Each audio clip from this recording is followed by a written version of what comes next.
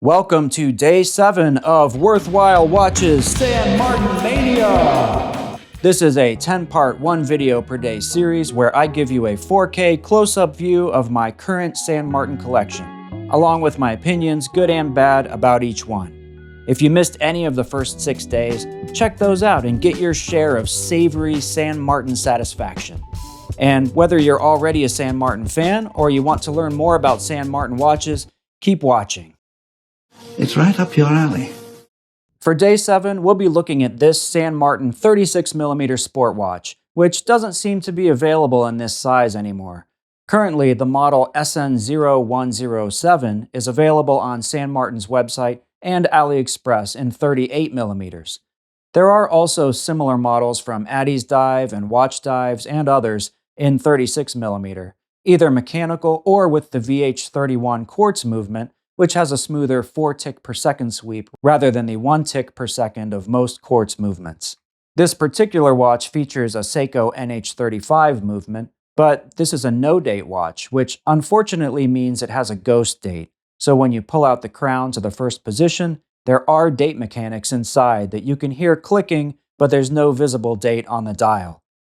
One negative about San Martin in general is that they tend to use the Seiko NH35 movement, which has a date function, even for their no-date watches, when there is the Seiko NH38 movement available, which is a no-date movement.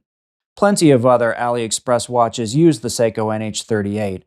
Maybe the NH38 would add a bit of cost, but it would make the watch seem much more refined and keep everything purposeful and functional without unnecessary components in the watch.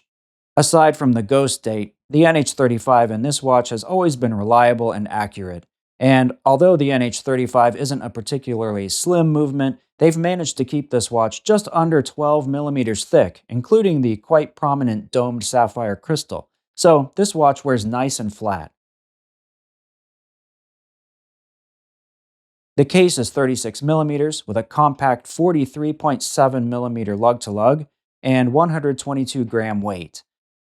This watch is suited more to those with smaller wrists or those who prefer a smaller watch. The bracelet does have 19mm lugs, tapering to 16mm at the clasp. When I received this watch, it had a standard 4-hole clasp without a toolless micro-adjust system, but I swapped this clasp from another watch so that I could get an easy and consistently good fit on this watch. Build quality and finishing are again excellent on this one. The case and bracelet are almost all brushed except for polished sides of the links and edges of the case. All transitions are crisp and clean. The dial has printed numerals at 12, 3, 6, and 9 with indices in between and minute marks all around the dial.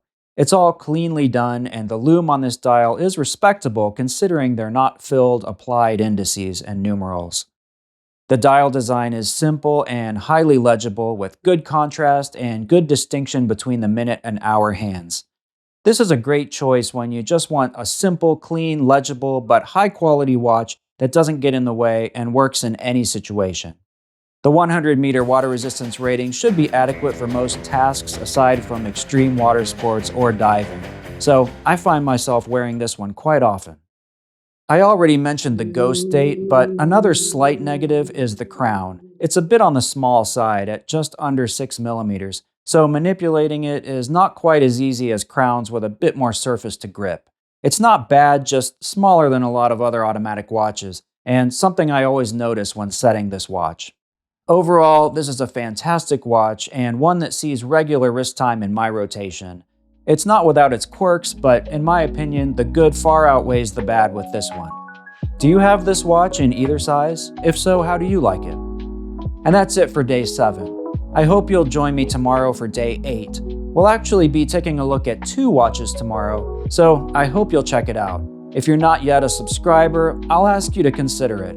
It's free for you and really helps out the channel, so if you don't mind just clicking that subscribe button, I promise to try my best to make it worthwhile for you. I'll see you tomorrow for day 8. Until then, hold on to your butts.